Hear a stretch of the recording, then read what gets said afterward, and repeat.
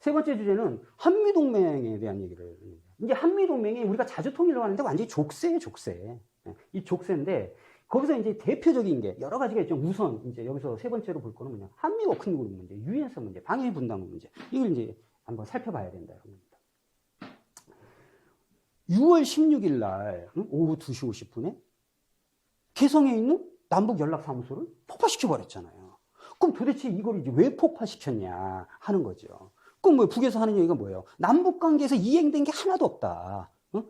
그게 뭐냐? 이제 이런 얘기를 하는 거잖아요. 이제 이러면서 이제 그 불만을 표시하면서 이제 이게 폭발을 시켰는데, 그러면은 이 남북 관계가 하나도 안 풀렸던 그 남북 관계를 파탄시킨 그 주범이 뭐냐했을 때 그게 이제 한미 워킹 그룹이다 이런 거죠. 그럼 그 실체에 대해서 한번 따져보자는 거예요.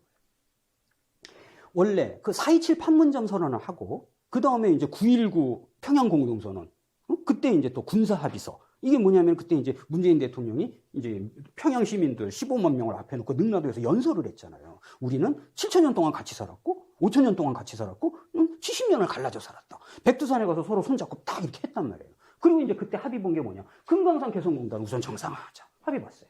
휴전선에서 궁산 적당히 이제 그만하자 하고 합의서까지 도장 딱 찍었어요. 그 다음에 이제 전염병 이런 거, 그때도 이제 옛날에도 사스 있고 지금 이제 코로나 직전이지만 뭐 여러 가지 전염병 협력이 필요하다. 도장 찍었어요. 남북 철도 연결 착공하자. 착공! 이래갖고 이제 도장 찍었어요.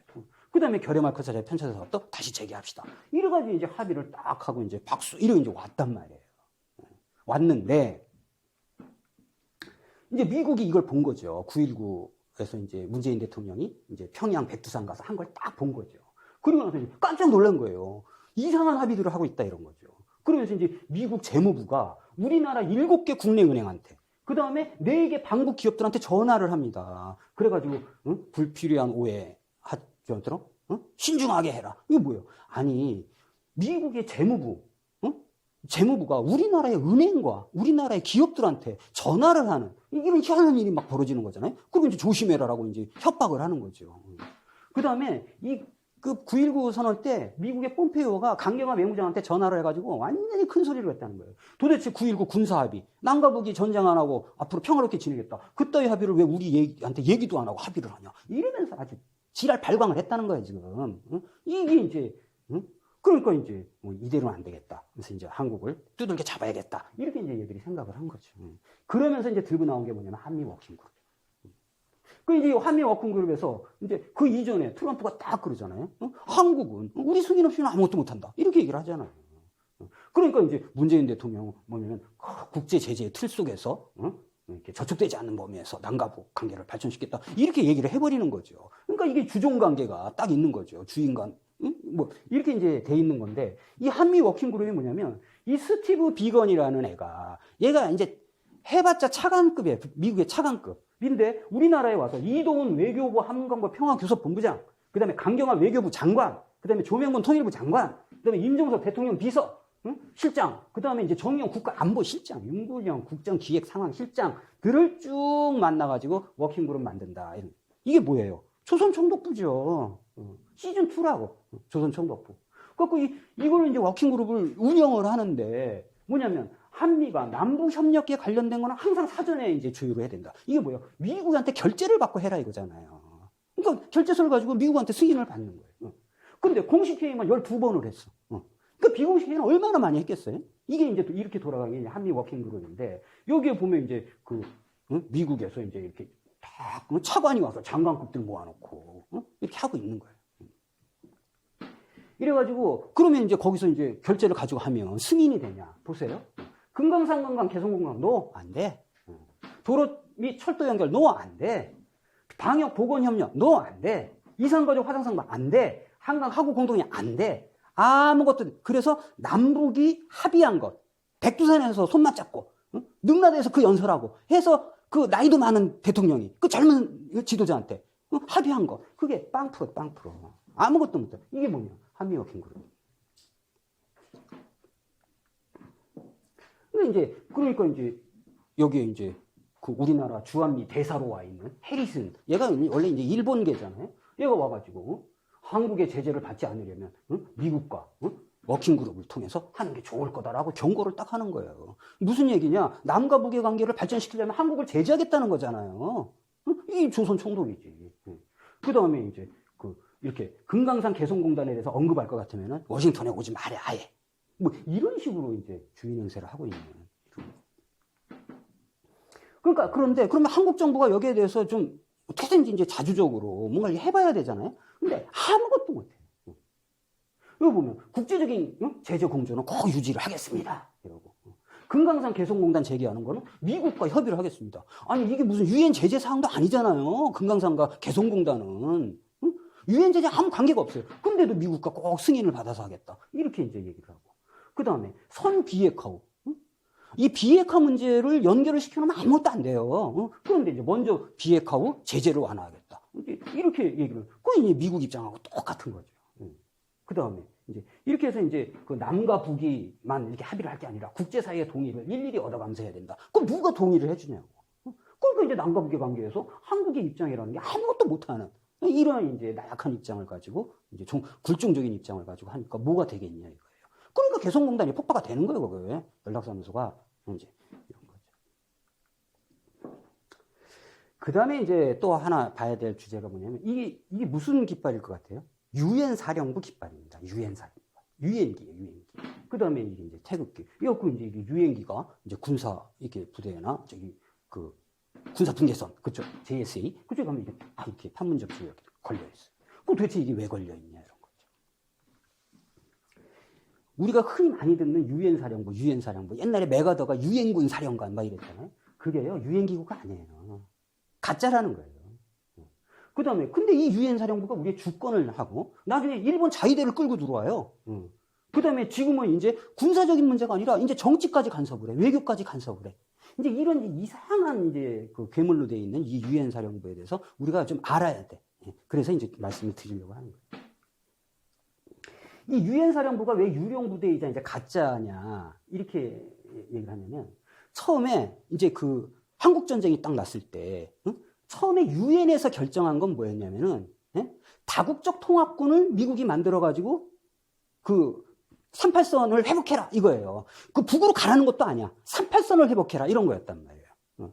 그러니까 실제 유엔에서 결정한 건 미 통합군이었다고. 그리고 16개 국가는 자발적으로 온 거예요. 그러니까 이게 유엔 군사기구가 아니라는 거예요. 근데 이름을 유엔 사령부라고 딱. 그러니까 이제 가짜 군사기구다. 유엔 기구가 아니에요. 거기다가 이제 그래서 이제 미국의 군대다 이런 거고. 그다음에 이제 또 뭐냐면은 유엔 깃발 있잖아요. 그 유엔 깃발은 유엔 사무총장만 쓸 수 있어요. 그러니까 무슨 안보리 이런 데서 결정할 수 있는 게 아니에요. 그 유엔기 사용 권한은 유엔 사무총장이 딱 가지고 있는 거예요. 근데 93년도에 판문점에서 딱 그 갈리, 부트로스 갈리라는 유엔 사무총장이 와서 보니까 판문점에 유엔기가 꽂혀 있는 거예요. 그러니까 이제 그 갈리 총장이면 저거 내려라. 내가 사용하라고 한 적이 없다. 왜 유엔기 도용하냐. 이런 얘기를 한 적도 있다.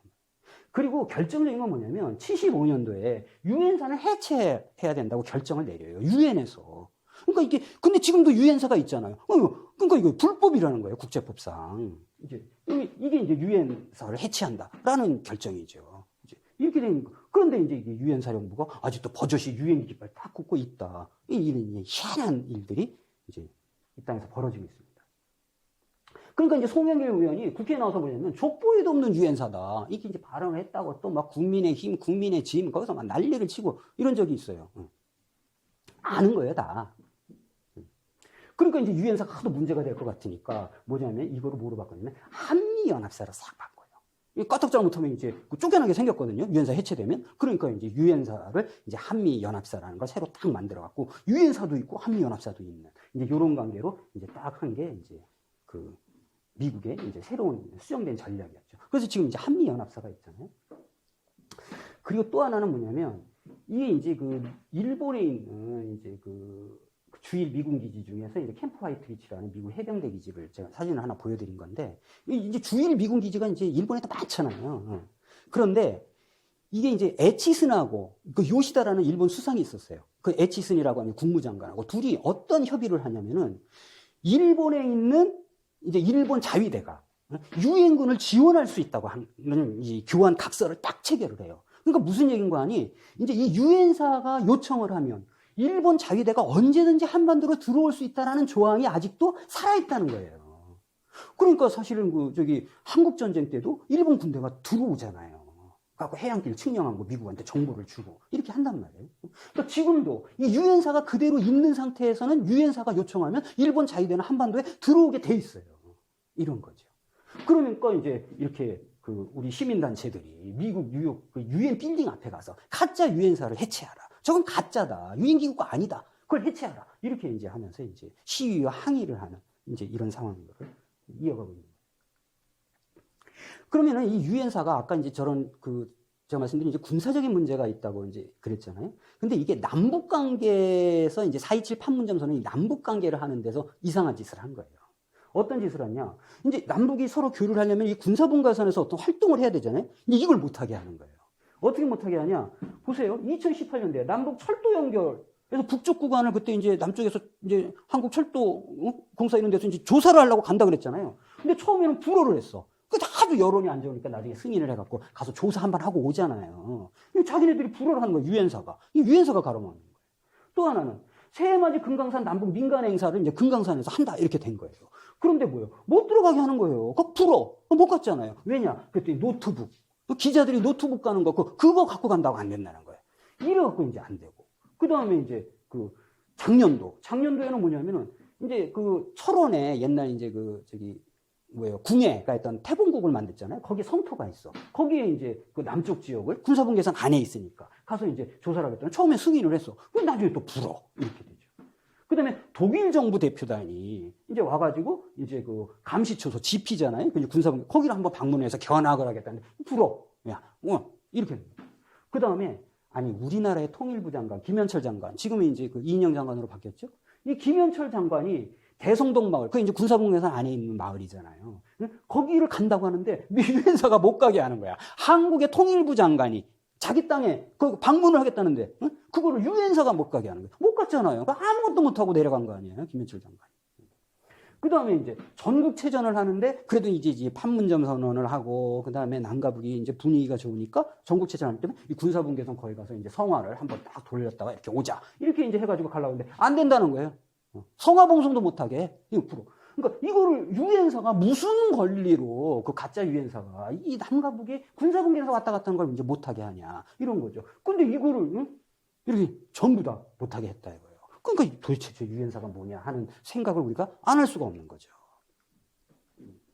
그래가지고 이제 최근에는 어느 정도냐면은 정부 여당에서도 유엔사가 이 DMZ를 틀어막고 있다. 근데 유엔사는 좋다. 유엔사를 시민들이 얘기하는 것처럼 해체해라까지는 우린 얘기는 안 할게. 그런데 군사적인 부분에선 너네가 얘기해도 민간들이 와서 하는 거 그거는 막지 마라. 장관이 가는 것까지 막고 성화봉송도 막고 이거는 말이 안 된다. 이렇게 지금 이제 정부 여당에서도 이제 얘기를 하는 이제 이럴 정도로 유엔사 문제가 아주 심각한 아주 적폐로 돼 있는 이런 거를 우리가 알 수가 있다는